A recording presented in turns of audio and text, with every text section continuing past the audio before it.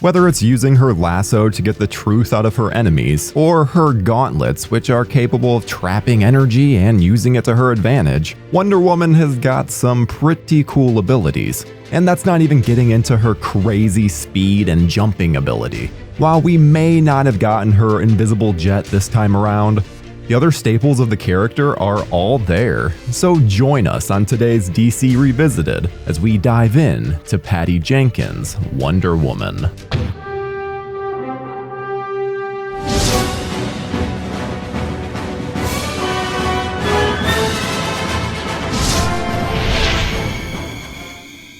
She with you? I thought she was with you. While we may have finally received a Wonder Woman via Zack Snyder's Batman v Superman, the project had actually been in development for quite some time. Comedy director Ivan Reitman was even attached to the film as a producer all the way back in 1996. Then in 1999, John Cohen was tapped by now producer Joel Silver to write a Wonder Woman script. He was even eyeing Sandra Bullock to star in the title role. Various others were hired, but the project was never able to gain enough momentum. Then in 2005, Warner announced that Joss Whedon would be writing and directing the film. However, after failing to deliver a satisfying script, Whedon dropped out of the project. The screenplay has since released online, and it's rough. Steve Trevor served as the narrator and practically took the movie over. And then there was this very feminist description of Diana's mom, Hippolyta. Given what has come out about Joss Whedon since, I guess this shouldn't be surprising. After Whedon left the project, the closest that Wonder Woman came to the big screen was during George Miller's ill-fated Justice League Mortal. Australian model Megan Gale was even cast in the role.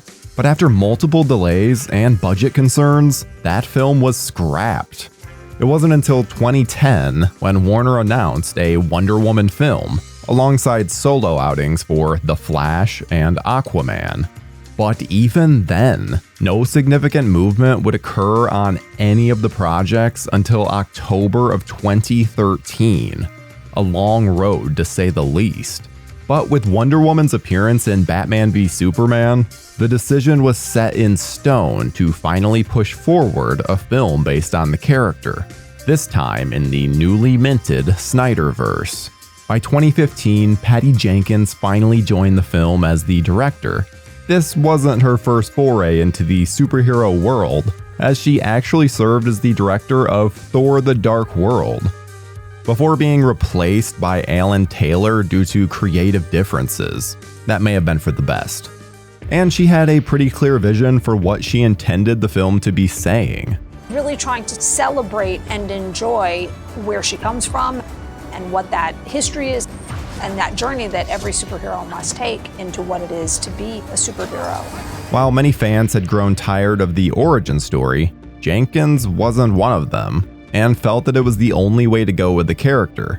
Thankfully, when Jenkins boarded the project, there had already been a draft in place by Alan Heinberg, which had come from Zack Snyder, Jason Fuchs, and Heinberg. Jeff Johns also did a ton of uncredited work on the screenplay alongside Jenkins. Unfortunately, though, the WGA refused to credit him. The story of Wonder Woman starts off in present, but quickly heads back to 1918 and involves Diana Prince, believing that the Amazonians' longtime enemy Ares is the reason for World War I. She sets out with spy Steve Trevor to try and stop Ares. It's a fun story that has some elements that feel right out of Romancing the Stone. You do not understand. I understand enough that I'm willing to fight for those who cannot fight for themselves. Gal Gadot returned to the role of Diana Prince / Wonder Woman. Other actors that had been considered for the part over the years included Catherine Zeta-Jones, Kate Beckinsale, and even Angelina Jolie. And as mentioned prior, Megan Gale had even had the role for Justice League Mortal. But Gadot beat out Elodie Yung and Olga Kurylenko during this casting process and was ultimately met with skepticism due to her size. But she put in the work and added 17 pounds of muscle mass to get into shape for the part. While she's still not the Amazon that she's depicted as in the comics, Gadot brings a certain charm to the character. If you believe that this war should stop, if you want to stop it, help me stop it right now, because if you don't, they will kill thousands more. For Diana's love interest, Steve Trevor, Chris Pine was Patty Jenkins' only choice for the role. She even met with the actor for lunch and acted out the entire script for him. He was, of course, instantly sold and was excited to join the DC Cinematic Universe. Pine had actually just barely lost out on the role of Hal Jordan in the Ryan Reynolds Green Lantern, but he's probably relieved on that one. Gadot and Pine have tremendous chemistry that really solidifies the love story as one of the stronger in all of comic book films. Nicole Kidman was originally in negotiations to play Diana's mother, Queen Hippolyta, but was forced to leave due to scheduling conflicts with her TV show Big Little Lies. Charlize Theron was also approached but turned down the role. Instead, Connie Nielsen took it on after a meeting with the director.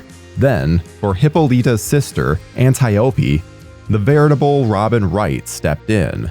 Wright was very easy to convince, simply being told that she would be Wonder Woman's trainer in the film.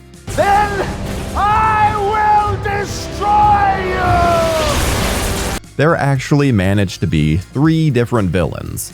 First, we had Dr. Isabel Maru, as played by Elena Anaya, who is a chemical weapons specialist who thrives on others' pain. She has one of the more interesting character designs in the film, wearing a mask to hide her facial disfigurement. She works for Eric Ludendorff, played by the brilliant Danny Huston. He's a bit of a red herring for our real villain, Ares, as played by David Thewlis. Sorry about a spoiler on a 6-year-old movie, but we have to talk about this twist as most of the film, Ludendorff is thought to be Ares. So when he's defeated and Thewlis is revealed, it feels a little underwhelming, especially put right next to the very emotional moment of Steve Trevor's sacrifice. Oops, another spoiler. I'm both frightened and aroused. Most of the humor in the film comes from Diana's mercenary buddies. Saeed Taghmaoui plays Samir, Eugene Braverock as the Chief, and Ewan Bremner absolutely steals the show as Charlie. Lucy Davis also shows up as Steve Trevor's secretary, Etta Candy, though she's not in it nearly enough. Without these characters, a lot of the levity in the film would be lost, so their inclusion is absolutely vital to the blockbuster. Lindy Hemming served as the costume designer on the film, and brought a wonderful mix of period costumes as well as warrior outfits for the Amazons. Diana's costume represents a more armor-based design, and the colors were brightened up from her prior appearance.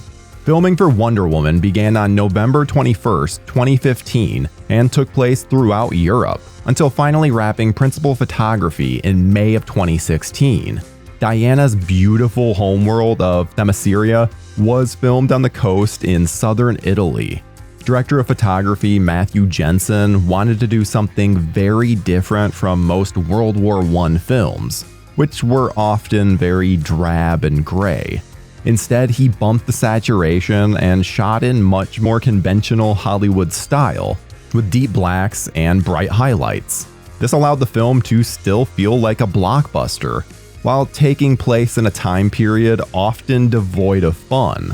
For the reshoots, Gadot was 5 months pregnant, and required a green cloth to cover her stomach, to later be edited out. Rupert Gregson Williams was brought aboard to compose the film's score, and provides plenty of high-intensity moments.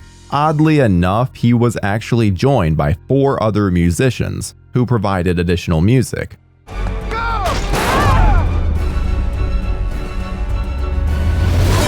Wonder Woman released on June 2nd, 2017 in the United States and brought in over $103 million on its opening weekend. The film would end its run at over $822 million and would be the highest gross for a female director ever. Quite the accomplishment for Jenkins, who has experienced a very polarizing career. The film also received glowing reviews from critics, earning a 93% rating on Rotten Tomatoes. The critical consensus was that the film was thrilling, earnest, and buoyed by Gal Gadot's charismatic performance. Wonder Woman succeeds in spectacular fashion. Due to the success, a Wonder Woman sequel was immediately greenlit, with Patty Jenkins and Gal Gadot set to return. We would of course see Gal Gadot return as Wonder Woman in future films, but what of the other cast? Chris Pine would voice Peter Parker in Spider-Man Into the Spider-Verse. Danny Houston appeared as William Stryker in X-Men Origins Wolverine. And I guess we can count David Thewlis's role as John Dee in the Sandman series, since, hey, that's based on a comic. Otherwise, the field is pretty barren of actors in other comic book properties. To this day, Wonder Woman is considered one of the best films that DC has to offer, from its wonderful visuals to finally giving young girls a hero they can look up to. There's plenty that this film offers. Jumping way ahead to present day, we are ready to screw up the timeline and witness all the madness that ensues in the multiverse. But that's a story for next time. Join us, same movie time, same movie channel.